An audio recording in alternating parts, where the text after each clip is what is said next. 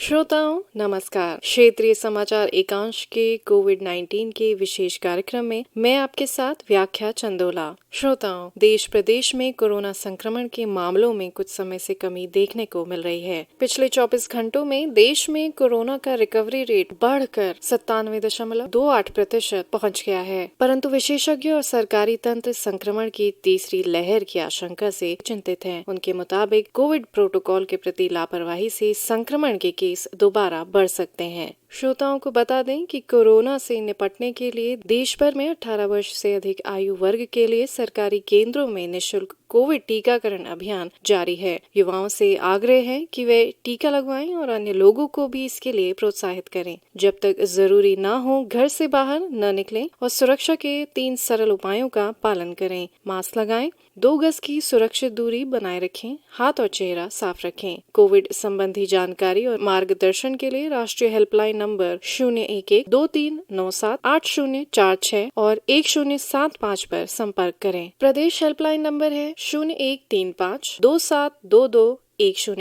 और 01352724 श्रोताओं, आज के कार्यक्रम की इस कड़ी में कोरोना वायरस संक्रमण की वर्तमान स्थिति पर चर्चा प्रस्तुत कर रहे हैं आकाशवाणी संवाददाता आनंद श्रीवास्तव। कार्यक्रम में आमंत्रित स्वास्थ्य विशेषज्ञ हैं सफदरजंग अस्पताल दिल्ली की डॉक्टर रूपाली मलिक। डॉक्टर रूपाली, कार्यक्रम में आपका बहुत बहुत स्वागत है। जी धन्यवाद आमंत्रित करने के लिए।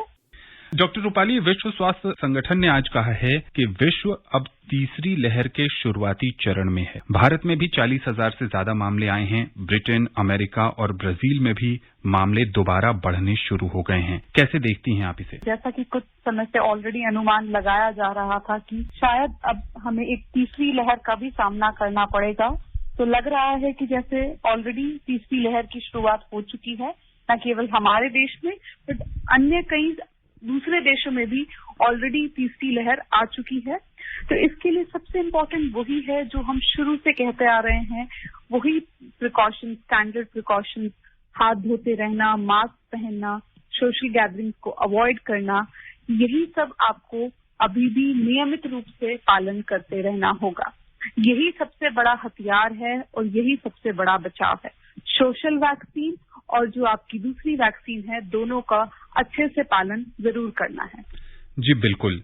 लॉन्ग कोविड भी एक तरह से बहुत ज्यादा मरीजों में देखने को मिल रहा है। जिन मरीजों को लॉन्ग कोविड की समस्या है, उन्हें किन बातों का ध्यान रखना चाहिए? देखिए, न केवल कोविड बल्कि अन्य बहुत से वायरल इन्फेक्शंस ऐसे होते हैं जिनमें कि बहुत लंबे समय तक इन्फेक्शन ठीक होने के बाद भी आपको कुछ तरह की परेशानियां महसूस होती रहती। इसी तरीके से जो कोविड के मरीज हैं, कोविड का अक्यूट इन्फेक्शन ठीक होने के बावजूद कुछ उन सिम्टम्स उन लोगों में परसिस्ट करते हैं। तो मैं आपको यही कहना चाहती हूँ कि ऐसा कोई स्पेसिफिक प्रिकॉशन नहीं है जो आप लेंगे तो आप उस चीज से बच जाएंगे। ये आपके अपने खुद के इम्यून सिस्टम पर डिपेंड करता है, आपकी अपनी बॉडी की कैपेसिटी पर डिपेंड करता है कि आप कितना अच्छा इन्फेक्शन से फाइट करते हैं और कितना जल्दी रिकवर करते हैं। तो अगर आप अच्छा खाना पीना रखेंगे, रेगुलर अपनी जो सेहत है उसका ध्यान रखेंगे, टाइम से सोएंगे, फ्रेश फ्रूट्स लेंगे, एक्सरसाइज करेंगे, तो उम्मीद है कि आपकी बॉडी उस इन्फेक्शन से जल्दी रिकवर करेगी और आपको उम्मीद है आप लॉन्ग कोविड सिंड्रोम से ग्रस्त नहीं होंगे। जी डॉक्टर रूपाली, एक बहुत ही व्यवहारिक सवाल है। बहुत सारे लोग जो इस समय परेशान हो रहे हैं, उन्हें बुखार आ रहा है, उनके सीने में जकड़न की समस्या हो रही है, लेकिन उनको ऐसा लग रहा है कि उन्होंने एक दिन पहले आइसक्रीम खा ली थी या एक दिन पहले रात में कोई ठंडा फल खा लिया था, जिस कारण उन्हें इस तरह की समस्या हो रही है। उसका वो घर पर ही पैरासीटामोल खाकर इलाज करा रहे हैं। ऐसे लोगों को क्या कहेंगी आप? देखिए, ये न केवल कोविड बट अन्य वायरल इन्फेक्शन के भी लक्षण हो सकते हैं। जैसा कि हम नॉर्मल समय में भी देखते हैं कि ठंडा पानी पीने से या आइसक्रीम खाने के बाद कुछ लोगों में जिनका थोड़ा इम्यून सिस्टम उतना अच्छा नहीं है, उनमें इस तरह के सिम्टम्स देखे जा सकते हैं। तो सबसे पहले तो ये है कि हमें ठंडी चीजों का अगर हो सके तो हमें आप उनको अवॉइड करें, जितना कम से कम सेवन कर सके उतना अच्छा है। फ्रिज में रखे पदार्थों का डायरेक्टली सेवन ना करें, कुछ समय उनको नॉर्मल होने के बाद ही आप उनका सेवन करें।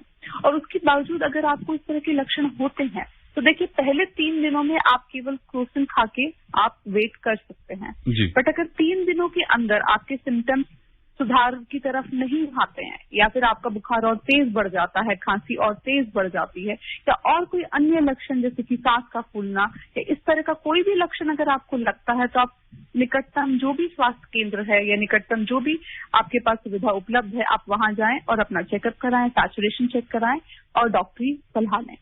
पर 3 दिन तक आप 2 से 3 दिन तक आप बिल्कुल वेट कर सकते हैं। जी डॉक्टर रूपाली, ये भी देखने को मिल रहा है कि कोरोना से लीवर की समस्याएं भी बढ़ गई हैं और कोरोना के कारण एक्यूट लीवर इंजरी जैसी समस्या भी देखने को मिल रही है।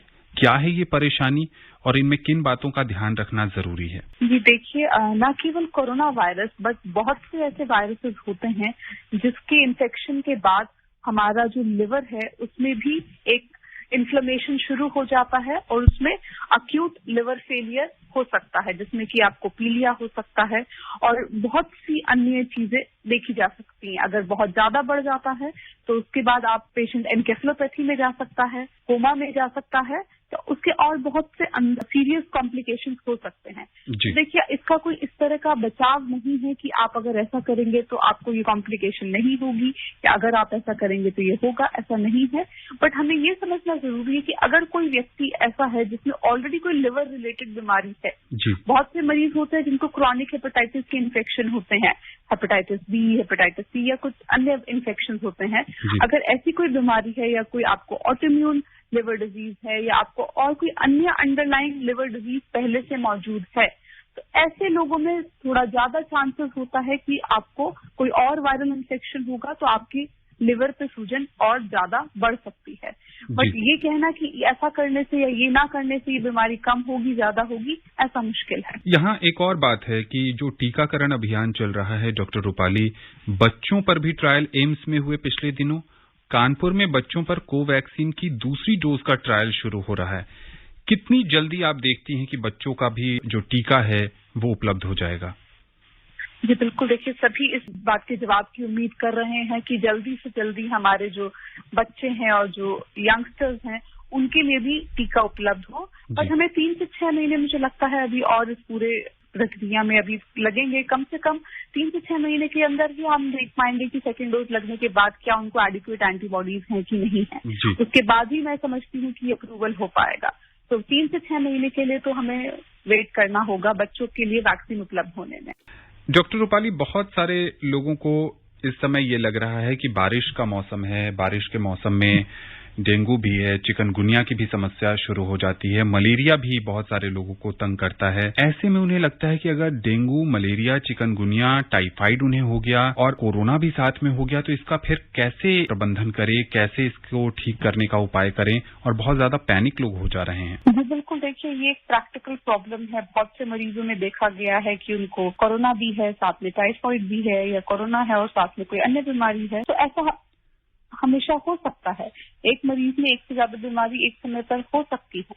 तो इसके लिए आपको पैनिक करने की जरूरत नहीं है, बस एक सही समय पे सही इलाज लेने की जरूरत है और सही डॉक्टर से मिलने की जरूरत है। तो अगर आपको ऐसा लगता है तो जो भी आपके आसपास में जो भी नजदीकी जो भी स्वास्थ्य केंद्र उपलब्ध हैं, आप वहां जाएं, डॉक्टर से सही सलाह लें और इसमें घबराने की बात नहीं है। इन सभी बीमारियों का जो भी संभव इलाज है अगर वो आपको मिलेगा तो उसमें कोई ऐसी डरने वाली बात नहीं है। बिल्कुल, मैं मानती हूँ कि अगर एक से ज्यादा 2 इन्फेक्शन आपको एक साथ हो गए हैं तो कॉम्प्लिकेशंस के चांसेस ज्यादा रहते हैं, बट फिर भी ऐसा नहीं है। अगर आप सही समय पे आप सही इलाज लेंगे तो उनका उपचार हो सकता है। डॉक्टर रूपाली, आकाशवाणी के इस खास कार्यक्रम से जुड़ने के लिए और विशेषज्ञ राय साझा करने के लिए आपका बहुत बहुत शुक्रिया। जी धन्यवाद, थैंक यू। श्रोताओं, ये आप सुन रहे थे आकाशवाणी संवाददाता आनंद श्रीवास्तव और स्वास्थ्य विशेषज्ञ सफदरजंग की डॉक्टर रूपाली मलिक की कोरोना वायरस संक्रमण की वर्तमान स्थिति पर विशेष बातचीत। आज के कार्यक्रम में इतना ही। नमस्कार।